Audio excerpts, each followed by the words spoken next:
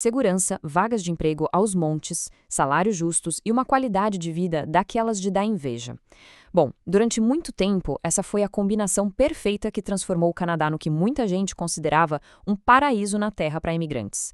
Mas olha, as coisas estão mudando, e mudando muito rápido. Nesta nossa análise de hoje, a gente vai mergulhar de cabeça nos fatos e nos dados mais recentes para entender exatamente como e por que o cenário virou de cabeça para baixo e o que isso significa na prática para quem está arrumando as malas em busca de uma vida nova. E toda essa situação nos empurra para a grande questão do momento. O sonho canadense chegou ao fim? É uma dúvida que chega a dar um nó no estômago, mas a verdade é que milhares de pessoas estão se perguntando exatamente isso neste exato minuto. E faz todo sentido, né? Aquelas portas que antes escancaravam oportunidades começaram a se fechar. É uma incerteza que bate forte em várias comunidades, incluindo, claro, aquela multidão de brasileiros que sempre enxergou o norte como destino definitivo para prosperar. E para a gente captar de verdade o tamanho dessa angústia, vale muito a pena olhar para a história da Caroline. Ela é uma brasileira lá de Minas Gerais, que se mudou para o Canadá há uns 3 anos, com visto para jovens profissionais, super empolgada. Só que aí, de repente, as regras do jogo mudaram. E ela acabou presa numa espécie de limbo jurídico cruel. Nas palavras dela mesma, a gente planeja o plano A, o plano B, o plano C, planeja o alfabeto inteiro. E isso deixa todo mundo apreensivo. A barra está tão pesada, a situação é tão incerta, que ela sequer pode viajar ao Brasil pro velório da própria avó. Tudo pelo pavor de sair e perder de vez o direito de voltar pro país. Aquele sonho se transformou num verdadeiro tormento. Parte 1.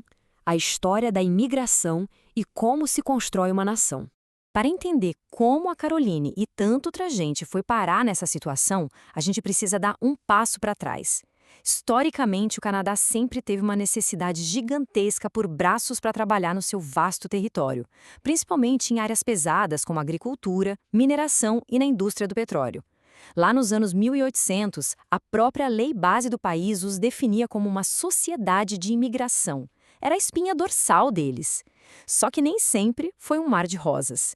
Antes de 1967, existe uma fase bem mais obscura por lá, em que pessoas não brancas e não europeias eram ativamente desencorajadas a tentar a vida no país. Essa postura mais excludente só foi cair por terra no fim dos anos 1960. Foi aí que o Canadá virou aquele pioneiro no multiculturalismo que a gente conhece, pavimentando o caminho até chegar na famosa política de portas escancaradas de 2017. Mas na prática, o que mudou no fim dos anos 60? Bom, foi a introdução do famoso sistema de pontos. Ao invés de olhar de onde a pessoa vinha, o país passou a avaliar os candidatos com critérios super objetivos. Era tipo, quais são as qualificações profissionais do candidato, qual é a chance real de conseguir um emprego no mercado local, quais idiomas a pessoa fala. Isso não só botou ordem na casa para atrair trabalhadores qualificados, como também serviu de chamariz enorme para estudantes estrangeiros, sempre acenando com aquela grande promessa de uma residência permanente no futuro.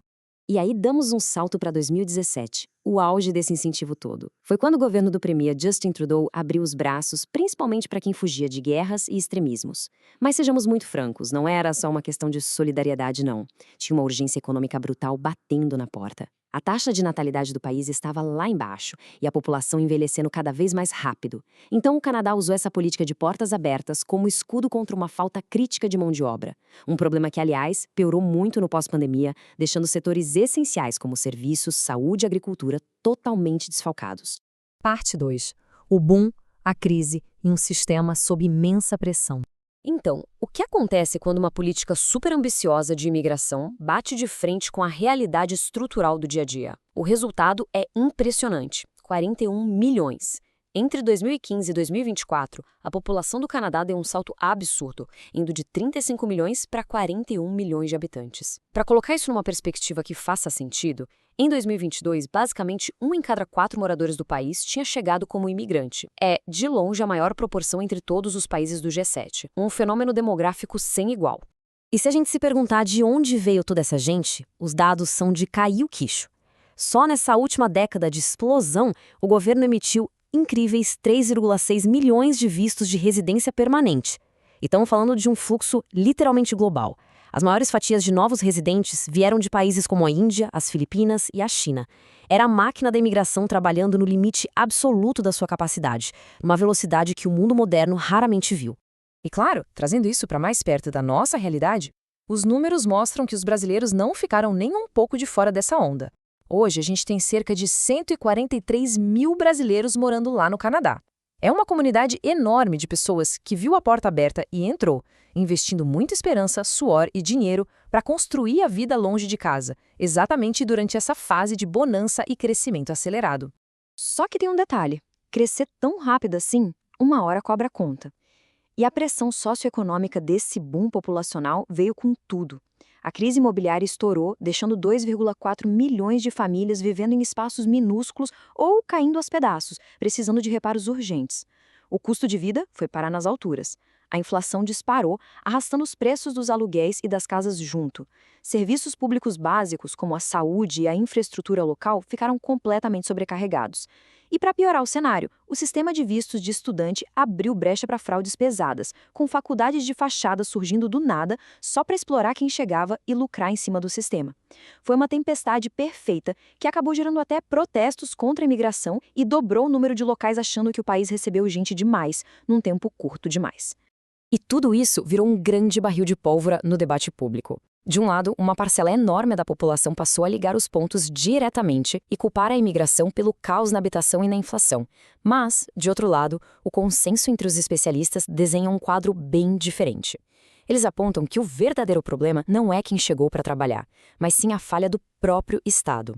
O que faltou mesmo foi um plano nacional de habitação robusto e abrangente para segurar uma onda populacional que, sejamos muito justos, já era totalmente previsível.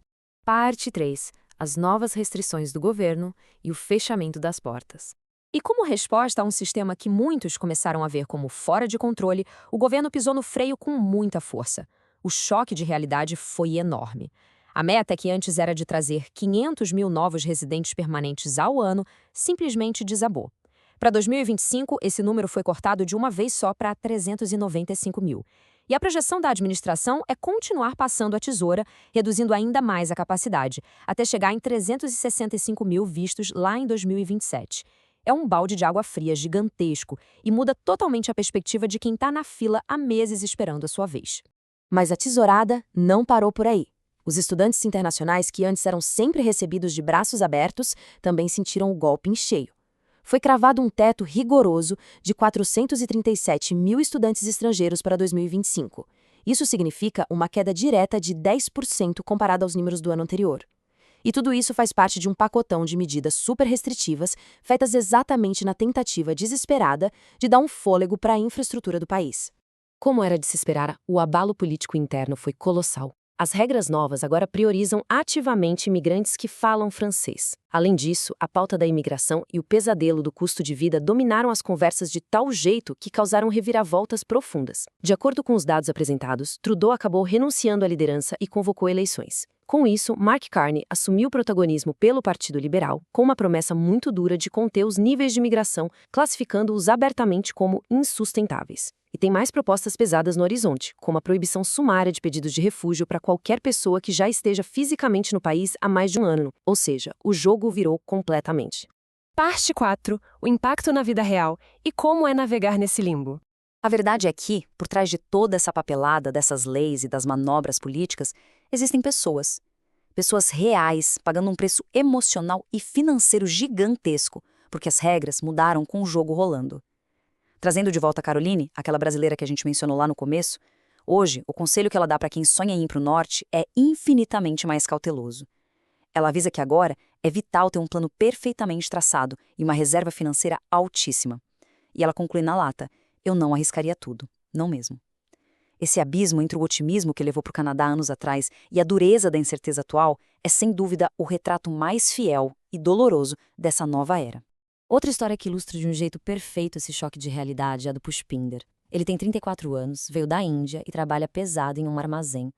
Ele é super rápido em reconhecer as maravilhas do país, claro, o ar puro, a qualidade do ambiente, a segurança, mas ele também é extremamente sincero sobre a parte dura. Ele conta que hoje, o simples fato de pagar as contas básicas e o aluguel no final do mês exige um esforço monumental, exaustivo. Isso frustra demais aquele ideal clássico de uma vida próspera e equilibrada. E temos também a trajetória do Subpar, que chegou da Índia lá em 2018. A ideia inicial dele era vir como estudante e realizar o sonho de dirigir caminhões de grande porte. Hoje, depois de muita luta e de finalmente conseguir a tão sonhada residência permanente, ele trabalha como motorista de Uber. E a percepção dele bate certinho com o que os gráficos do governo estão mostrando.